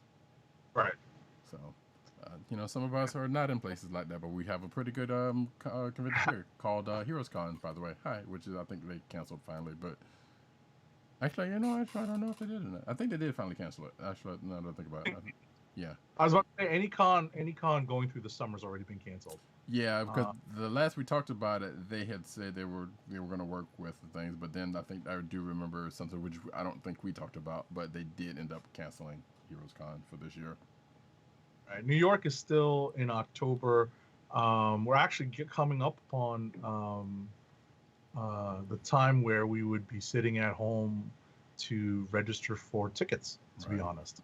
So I don't know what the situation is going to be. I don't know if they're going to come out and cancel it for this year, given the state of the state of the pandemic and possible reoccurrence of the virus in several places around the world and around the country. It's at least in my opinion, unlikely that we're going to have a New York Comic Con this year as well. Yeah, it's kind of a weird wait and see because, being that's the case, it's like, okay, do people actually go and get tickets and not knowing whether it's actually still going to go on, even though it looks relatively better than a summer one at this point, but we still don't know what's going to happen between now and then.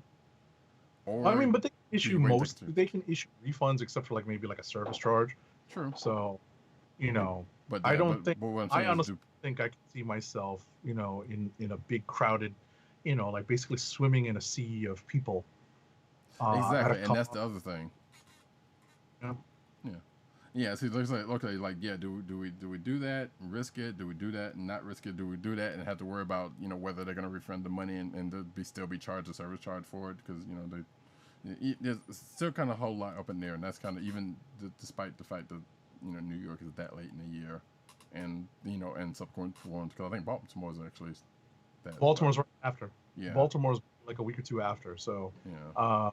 those are the last two kind of big cons for the year. Right. So with San Diego down, I think everyone's looking to New York and Baltimore as like the last chance for any sort of con-related revenue. Mm-hmm. And because they're both in October, but the further along we get in the summer, the worse that looks. If I recall correctly, we already passed, or at least we're right at that time where we would be doing New York Comic Con lotteries anyway. Right. June. I want to say we would have done it in May already or April, so we've already passed that time. Gotcha. Well, yeah, and one last note, like I said, the Comic Con, just like E3, which is actually would be going on right now if it was actually going. And the only thing with E3 is that like relatively there are some things that hasn't changed because Sony's got their thing coming out. Well, Sony's had their event. That's why we had that Miles Morales news, the Spider-Man game news. The other companies are doing things throughout the rest of the company, but this is kind of one of those times that big conventions are trying to figure out what they're going to do, and going online may or may not be the moves for them. E3's kind of been doing that for like the last couple of years because the press conferences everybody's been able to watch, but then they still have the component where people are there, so that part is kind of out of the thing, and they're trying to work around it. And Evo, even like big fighting game tournaments like that, everything is kind of in a state of flux and trying to figure out where to go from here and trying to figure out if online is the move. And like Agent 70 said about this Comic-Con thing, is like, yeah, those servers, I hope they go big on the servers, even, and that might not still be enough, to deal with what's going on. But hopefully who's ever working their provider is I don't envy them. I really don't. No, bandwidth and server strength, Yes. server capacity. Yeah. That's that server load is a bad thing to have to deal with. Yep. But anyway, folks, we are at the end of our the news, and at the end of the show, we have one more ad read. Right. Our last ad read of the night, when we're in a hurry and it's been a long day, is for Amazon. Keep our podcast free by shopping at Amazon. Visit cspn.us, then click the Keep Our Podcast Free link at the top of the page. From there, scroll down and click on the Amazon link to shop. Purchase items from Amazon as you normally would, whether it's books, music, electronics, jewelry, apparel, or action figure flight stands. For every purchase made on Amazon through our link, Amazon sends the CSPN a payment that helps us keep the Comic Book Chronicles podcast free for our listeners at no extra cost to you. Amazon.com through CSPN.us. Do it today. Oh, shoot, it's almost finished with that. That's fine. Anyway, we thank you, folks. We're now at the end of another episode of Comic Book Chronicles. Thank you, each and every one of you, for coming out. We will be back next week with, I guess we can go ahead and say it. Wait, let me make sure that was the right one, because I don't want to. I was about to say, we already scheduled it. I know, and I want to make sure that look, there's a lot going on lately. So, yep. So we are going to be doing DC Comics' Identity Crisis event, which Wow. Yeah, I haven't read it in a minute.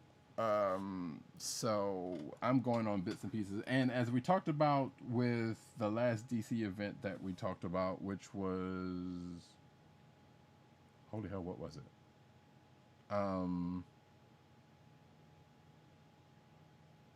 Was it Crisis? It might have been a Crisis. I don't remember which one. No, I think this is on Infinite Earths. We did 2 parts. Was it Crisis on? Well, wait, Crisis on Infinite Earths was the first one we did. I thought we did one after that. We did a DC. You know what? Regardless, the last DC Crisis. Remember? Yeah. Oh no, Blackest Night. Blackest Night. Oh, Blackest Night. You're right. So Blackest Night was heavily influenced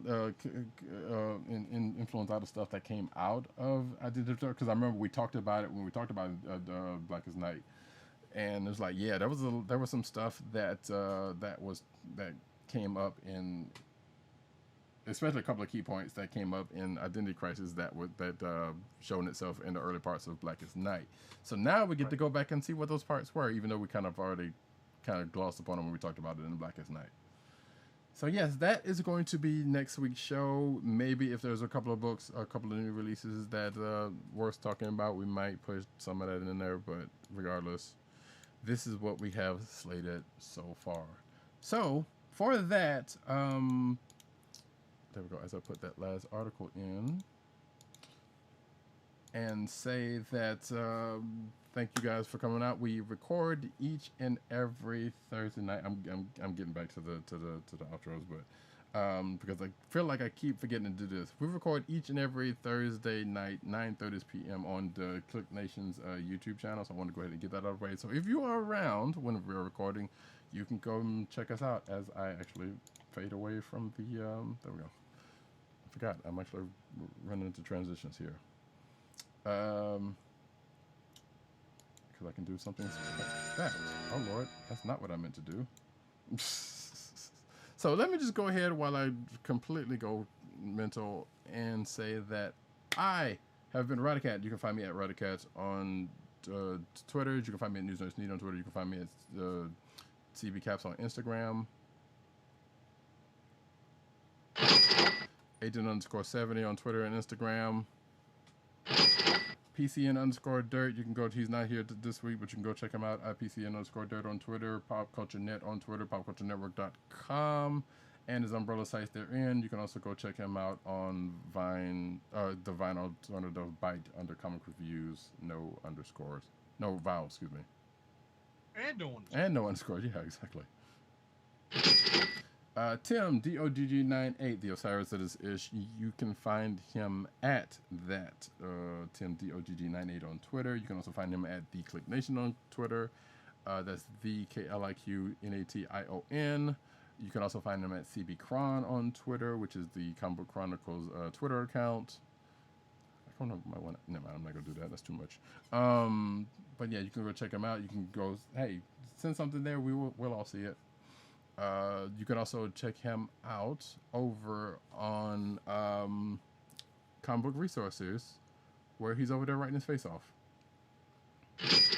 You can find this here podcast on the Cold Slither Podcast Network. That's CSPN.us. Do it today. You can also find this here podcast on Google Play, Apple iTunes, aka Apple Podcasts, Spotify, and the Cold Slither Podcast Network's SoundCloud page. We folks will be back next week with the aforementioned Identity Crisis, and actually, from what I remember, Identity Crisis is actually pretty good. Like, it's some stuff happened.